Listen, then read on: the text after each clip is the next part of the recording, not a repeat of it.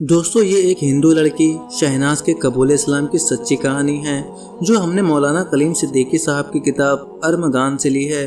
और ये कहानी बहुत ही ज़्यादा ईमान अफरोज़ है। और आपको बता दें कि ये कहानी एक इंटरव्यू की शक्ल में है। तो चलिए इस कहानी को शुरू करते हैं। मैं जम्मू कश्मीर के एक पढ़े लिखे मल्होत्रा ख़ानदान में पैदा हुई। मेरी पैदाइश 4 मई 1975 को हुई। मेरे वालिद कुलदीप मल्होत्रा कॉमर्स के लेक्चरर थे। मेरी वालिदा बहुत शरीफ और मुसीबत ज़दा खातून थी। कम उम्र ही से वो बीमार हो गई थी और किस्मत की बात यह है कि शादी के बाद भी उनको सुख चैन नहीं मिल सका। मेरी उम्र 5 या 6 साल की होगी कि उनका इंतकाल हो गया। मेरे एक बड़े भाई थे संदीप मल्होत्रा, उनकी उम्र 10 साल थी। एक मर्तबा मेरी वालिदा मुझे दरिया में डालने के लिए ले गई। एक आदमी ने उनको दरिया के पुल पर खड़ा देखा तो वजह मालूम की। वो बोली, मैं अपनी इस बच्ची को दरिया में डालने आई हूँ। उन्होंने कहा कि अगर मेरी तरह इसका भी मुकद्दर ख़राब हुआ तो सारी ज़िंदगी मुसीबत पड़ेगी, इससे तो अच्छा है अभी मर जाए। उस आदमी ने उनकी खुशामद की और समझाया कि इस बच्ची की तकदीर तो बहुत अच्छी होगी, तुम इसकी फ़िक्र ना करो और इसको दरिया में ना डालो। उसने ना जाने किस हमदर्दी में ये अल्फाज कहे थे कि मेरी वालिदा ने मुझे दरिया में डालने का इरादा मुलतवी कर दिया। मुझे घर ले आई और 1 साल बाद उनका इंतकाल हो गया। मेरी वालिदा के इंतकाल के 6 माह बाद मेरे वालिद ने दूसरी शादी कर ली। मेरी सौतेली माँ, अल्लाह ताला उनके एहसान का बदला अता फरमाए।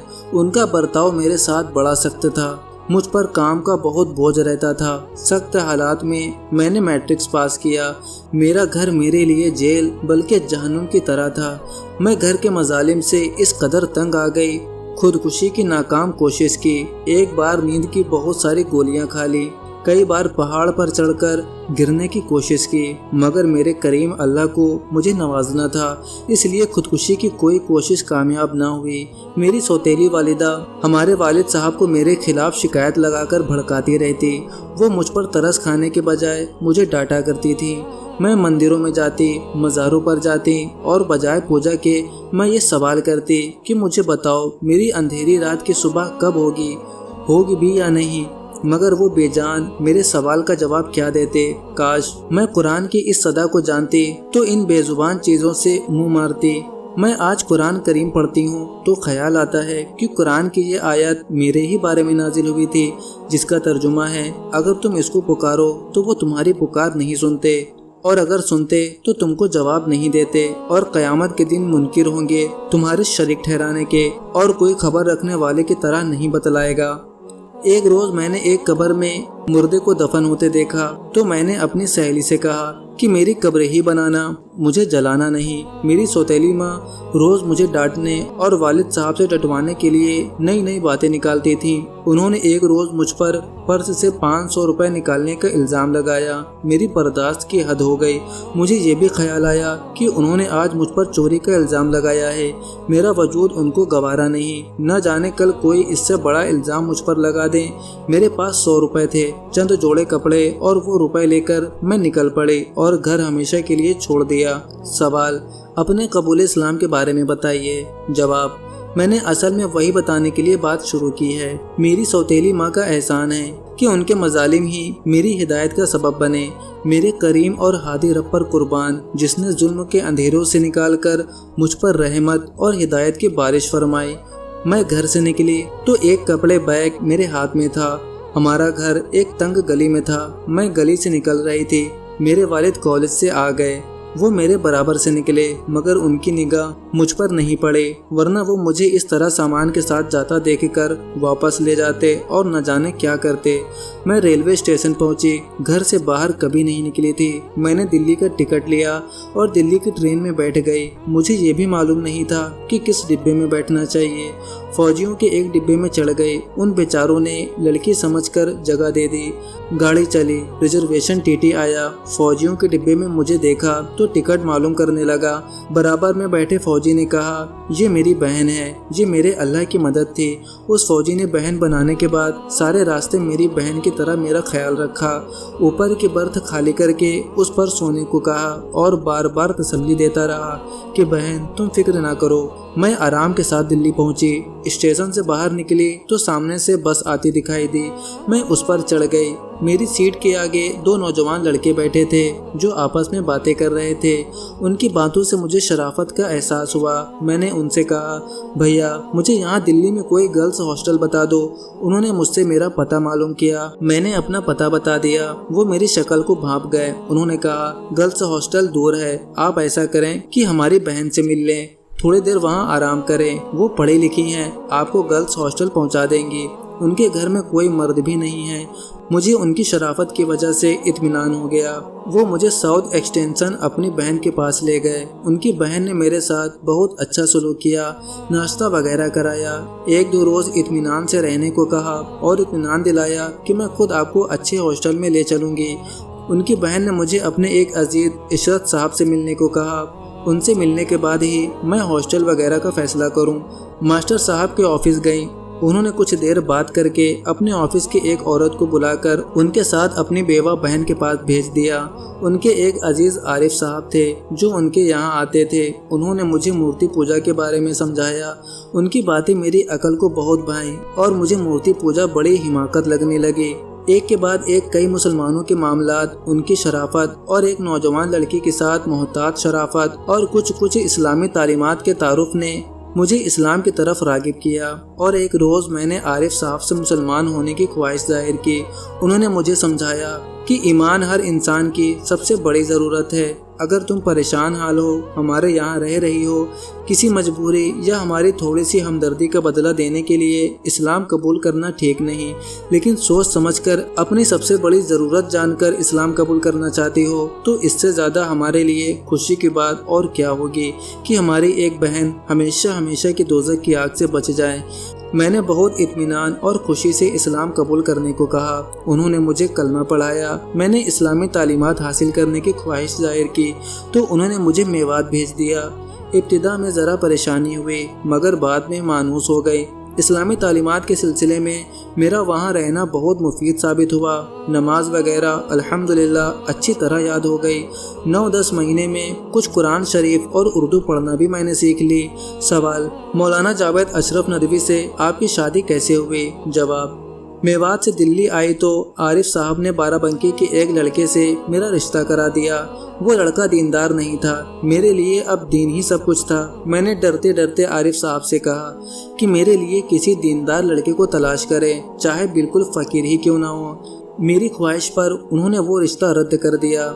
आरिफ साहब ने अपनी लड़की के रिश्ते के लिए कौमी आवाज़ में इश्तिहार दिया था। वो इश्तिहार मौलाना जावेद अशरफ नदवी साहब ने देखा। उनकी शादी हो गई थी मगर बदकिस्मती से, बल्कि मेरी खुशकिस्मती से वो शादी निभ ना सकी और तलाक हो गई। उनके वालिदैन का इंतकाल हो गया था। इश्तिहार देखा तो भाइयों की मर्जी के बगैर आरिफ साहब के यहाँ रिश्ता के लिए पहुँचे। शायद आरिफ भाई ने उनकी दोस्ती शादी की वजह से या मेरी मोहब्बत में या अपनी बेटी से जोड़ ना बैठने की वजह से मेरे बारे में बताया और मुझसे शादी करने को कहा। इस दौरान मैंने अपनी आप बीती और कबूल इस्लाम की कहानी कड़वा सच किताब के तौर पर लिख ली थी।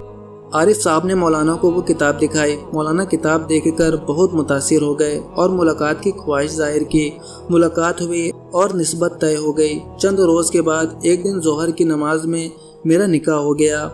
मौलाना मुझे अपने घर नहीं ले जा सकते थे। खानदान और बिरादरी की मुखालिफत का खौफ था, इसलिए लखनऊ ले गए। फिर अपने एक और साथी मुफ्ती अब्दुल हमीद साहब के पास मुंबई ले गए। उनके यहाँ 1 साल रखा। मुफ्ती साहब और उनकी वालिदा ने मेरे साथ ऐसा बर्ताव किया कि हकीकी माँ और भाई भी नहीं कर सकते। सवाल, आप मदीना किस तरह आई? जवाब, मेरे अल्लाह के करम की हवा चली थी कि करम पे करम होता गया। मौलाना साहब मौलाना जावेद अशरफ नदवी का मदीना यूनिवर्सिटी में दाखिला हो गया। मौलाना ने किसी तरह मुझे उम्रा के वीज़े पर यहाँ बुला लिया। अल्लाह ताला ने मुझे मदीना की मोहब्बत अता की थी। मेरा दिल वापसी को ना चाहा और सालों तक गैर कानूनी तौर पर यहाँ रह रही हूँ। मेरे 3 बच्चे अल्लाह ने मुझे मदीना मुनव्वरा में अता किए। मदीना की गलियों में खो जाने का मज़ा मेरे करीम अल्लाह ने मुझे चखाया। मौलाना की शक्ल में मुझे अल्लाह ताला ने इंतहाई नरम, हलीम, सलीम और करीमुन नफ्स शौहर अता किया। इस पर मदीना मुनव्वरा की रस्म अदा करके मेरे सारे गम भुला दिए। सवाल, मुफ्ती आशिक इलाही बुलंद शहर रहमतुल्लाह ताला के घर से आपका ताल्लुक़ कैसे हुआ? जवाब, हमारे शौहर मौलाना साहब, उनके अंदर बहुत शर्म है, किसी बड़े आदमी या आलिम से मिलते हुए हिचकिचाते हैं। मुझे मालूम हुआ कि हमारे यहाँ के बड़े आलिम हज़रत मुफ्ती साहब यहाँ रहते हैं। मैं उनके घर गई और हज़रत मुफ्ती साहब की बीवी अम्मी जान से मिली। पहली मुलाकात के मेरे तारुफ ने उनको मुझ पर शफीक बना दिया। उन्होंने हज़रत मुफ्ती साहब से मेरा जिक्र किया। मुफ्ती साहब पर गैर मुस्लिमों में दावत का बहुत गलबा हो गया था, जिसकी वजह से वो आपके अब्बू मौलाना कलीम सिद्दीकी साहब से बहुत ताल्लुक़ रखते थे। उन्होंने हमारे शौहर को बुलवाया और दोनों ने मुझे अपनी बहन बना लिया और वाकई माँ बाप की तरह मेरी सरपरस्ती फरमाई। अम्मी जान अब भी जॉब के बावजूद मेरे बच्चों के कपड़े अपने हाथ से सीकर पहनाती हैं। मैं किसी की दावत कर दूं तो कोई चीज़ खुद बनाकर ले आती हैं। वो मुझसे और मेरे बच्चों से किस कदर मोहब्बत करती हैं मैं बयान नहीं कर सकती। हज़रत मुफ्ती साहब मेरे पूरे ख़ानदान से हद दर्जा मोहब्बत करते हैं। हज़रत के घर वाले बेटे बेटियां भी मुझसे बिल्कुल बहनों जैसा सलूक करते हैं, बल्कि सब बहनों से ज़्यादा मेरा ख्याल करते हैं। मौलाना कलीम सिद्दीकी साहब से मेरे शौहर मौलाना जावेद साहब के कुछ ताल्लुकात थे। एक बार वो वालिदा को लेकर उम्रा के लिए आए, उनसे मिलने गई और मदीना का मकीन होने की वजह से कुछ ज़ियाफ़त की कोशिश की। उनको मुझसे मोहब्बत हो गई। मैं आपको तजुर्बे की बात बताती हूँ। खिदमत में अल्लाह ने बड़ी तासीर रखी है। आदमी अगर खिदमत का आदी हो तो पत्थर जैसे दिल में भी जगह बना लेता है। मुझे अपने बड़ों की खिदमत का पैदाइशी शौक है। किसी बड़े के कपड़े धोने, उसके सर पर मालिश करने या पाँव वगैरह दबाने में बहुत मज़ा आता है। बूढ़ी औरतों को तो खिदमत की ज़रूरत भी होती है और बड़ों का क्या, ज़रा सी देर में कलेजे से दुआएं देने लगते हैं। अगर ज़रा सा आराम कुर्बान करके आदमी किसी की खिदमत कर ले तो फिर उनकी दुआओं से दुनिया और आखिरत बन जाती है। मैंने बड़ों की दुआओं में बड़ी तासीर देखी है। सवाल, मदीना मुनव्वरा में पूरी दुनिया से लोग आते हैं। मैंने सुना है कि आपका कोई दूर का जानने वाला या मिलने वाला आ जाए, आप एक पाँव पर आप उसके लिए खड़ी हो जाती हैं। 5 बेटे हैं जो छोटे छोटे हैं और आप ट्यूशन भी पढ़ाती हैं। क्या आप थकती नहीं? जवाब, मेरे अल्लाह ने मुझे मदीना मुनव्वरा की हुकूमत का शरफ बख्शा है।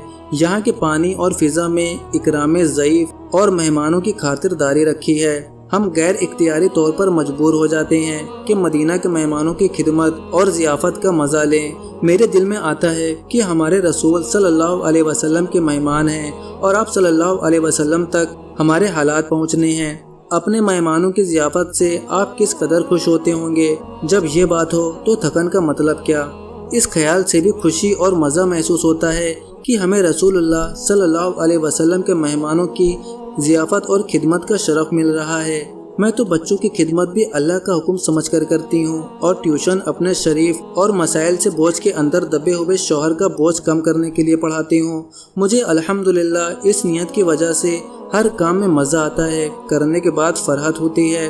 वाकई हमारे दीन ने हमें नियत को खालिस करने का हुक्म देकर एहसान किया। नियत ठीक हो तो हर चीज़ में मज़ा आता है। सवाल, सुना है आप मदीना मुनव्वरा में जाना पसंद नहीं करते। यहाँ पर रोज़गार वगैरह के मसाइल भी बहुत हुए और दूसरी जगह से बुलावे भी आपको बहुत आते हैं। जवाब, असल में मदीना जिसने देख लिया वो जन्नत के अलावा भला कहीं और जाना चाहेगा? ऐसा कैसे हो सकता है? मेरी ख्वाहिश और आखिरी तमन्ना है कि बकी पाक की खाक मिल जाए। तुम भी दुआ करना। इतना कहकर रोने लगी। मैं यहाँ के कबूतरों को देखती हूँ तो दुआ करती हूँ कि या अल्लाह, आपने बकी पाक के दाने इनके मुकद्दर कर दिए। मेरे लिए अपने नबी सल्लल्लाहु अलैहि वसल्लम के कदमों की ये खाक मुकद्दर फरमा दीजिए। सवाल, आपने अपने घर वालों की कुछ खैर खबर नहीं ली? उन्होंने आपको तलाश भी नहीं किया? जवाब, शायद उन्होंने तो मुझे तलाश नहीं किया। असल में उन्होंने तो यकीन कर लिया था कि मैंने खुदकुशी कर ली है। गुज़िश्ता साल से मेरे वालिद और भाई से मेरा राब्ता हुआ है। यहाँ मदीना मुनव्वरा में जम्मू के एक तालिबे इल्म पढ़ते थे। उन्होंने मेरे वालिद को मेरा पता बता दिया था। वो बेचैन हो गए। मैं वीज़ा लगवाने हिंदुस्तान गई थी। जब ये झिझक कर बार बार हाँ और ना करके एक जगह मेरी उनसे पुरानी दिल्ली में मुलाकात हुई।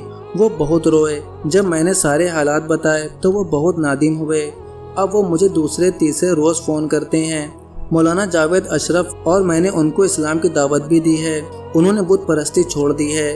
हम लोगوں نے آپ کے ابو مولانا کلیم صدیقی صاحب سے درخواست کی ہے کہ بلکہ انہوں نے خود ہی ابو کا پتہ لیا ہے، انہوں نے اپنے ساتھیوں کو لگایا ہے اور امید دلائی ہے کہ وہ انشاءاللہ ضرور اسلام قبول کریں گے۔ سوال: آپ کی سوتیلی والدہ حیات ہیں؟ ان سے بھی کوئی رابطہ ہوا؟ جواب: وہ بھی زندہ ہیں، ان سے بھی میں نے فون پر ایک بار بات کی ہے۔ وہ بہت معافی مانگ رہی تھی، مگر میں اپنی قسمت کے بننے اور غم کے اندھیرے کی صبح ہونے میں سب سے بڑا احسان انہی کا مانتی ہوں، تو ان کے مظالم ہی میری ہدایت کا ذریعہ بنے۔ میں نے منتظم پر اور ہر خاص موقع پر اپنے ایک بڑے محسن کی طرح ان کے لیے دعائیں کی ہیں۔ میرے اللہ کی عجیب شان ہے کہ ان کے سارے مظالم مجھے آخری درجے کے احسان لگتے ہیں۔ ان کے لیے میں بلکھ بلکھ کر ہدایت کی دعا کرتی ہوں۔ گزشتہ حج کے موقع پر عرفات میں نے سب سے زیادہ ان کے لیے ہدایت کی دعا مانگی۔ سوال: بچوں کی تعلیم کے لیے آپ کا کیا ارادہ ہے؟ جواب: اب یہاں سعودی عرب کے اسکولوں میں تربیت کا نظام بہت ہی عجیب سا ہے۔ ہمارا ارادہ ہے کہ ہمارا ہر ایک بچہ داعی بنے اور دین کی خدمت کرے۔ الحمدللہ میں نے بھی حضرت مفتی عاشق الہی رحمۃ اللہ علیہ تعالیٰ کی تفسیر انوار البیان کا ہندی ترجمہ حضرت کے بیان میں شروع کیا تھا۔ میری خواہش ہے کہ اللہ تعالیٰ قرآن حکیم کی یہ خدمت مجھ سے لے لے، اس لیے ہم لوگ مدرسہ سے زیادہ گھر پر ان کی تعلیم اور تربیت کی فکر میں ہیں۔ سوال: ارمغان کے واسطے سے آپ مسلمانوں کے لیے کچھ پیغام دینا چاہیں تو؟ جواب: میں درخواست ہی کر سکتی ہوں کہ وہ اپنا منصب پہچانے اور غیر مسلموں سے رابطہ قائم کرے اور ساتھ ہی اپنے کردار کو اسلام سے آراستہ کریں اور اپنے آپ کو مجسمہ دعوت بنائیں اور اپنے عمل سے حضور اقدس صلی اللہ علیہ وسلم کا تعارف کرائیں۔ اگر ہمارے نبی صلی اللہ علیہ وسلم کا اسوہ لوگوں کے سامنے آ جائے تو لوگ ایکٹروں، لیڈروں، کھلاڑیوں کو آئیڈیل بنانے کے بجائے صرف اور صرف ہمارے نبی صلی اللہ علیہ وسلم کو آئیڈیل بنائیں گے۔ اس سے زیادہ پرکشش کوئی اور کردار ہو ہی نہیں سکتا۔ دوسرے یہ کہ ریڈیو، ٹی وی اور میڈیا کے واسطے سے حدود شریعت میں رہ کر اسلام لوگوں تک پہنچایا جائے اور اس کے لیے تحریک چلائی جائے۔ دوسری درخواست یہ کہ میرے لیے دعا کریں کہ اللہ تعالیٰ مجھے بھی اپنے دین کی دعوت کے لیے قبول کرے اور مجھ سے کچھ کام لے لے۔ بس میری یہی حسرت ہے کہ میں اور میری نسلیں دین کی خدمت، خصوصی دین کی دعوت کے لیے قبول ہو جائے۔ ہمارے بعض متعلقین کہتے ہیں کہ تم لوگ اتنے دنوں سے مدینہ میں رہتے ہو، کوئی گھر بھی نہیں بنایا۔ میں اکثر ان سے کہتی ہوں کہ ہم مدینہ میں بقی پاک کا پیوند بننے کے لیے پلے بڑے ہیں، دنیا بسانے کے لیے نہیں۔ اگر ہم نے دنیا بسانی ہوتی تو ہم پیرس جاتے یا نیو یارک جاتے۔ یہ ان کے جواب کے لیے کہتی ہوں، ورنہ میرا خیال ہے کہ دنیا کی زندگی کا مزہ اور راحت بھی مدینہ منورہ کی زندگی میں ہے۔ پیرس کے لوگوں کو اس کی کھاک بھی نصیب نہیں۔ تو دوستو، آپ کو آج کی یہ ویڈیو کیسی لگی ہمیں کمنٹ کر کے ضرور بتائیے گا۔ ویڈیو پسند آئی ہو تو ویڈیو کو لائک اور اسے اپنے دوستوں میں زیادہ سے زیادہ شیئر کریں۔ اپنا بہت سارا خیال رکھیں۔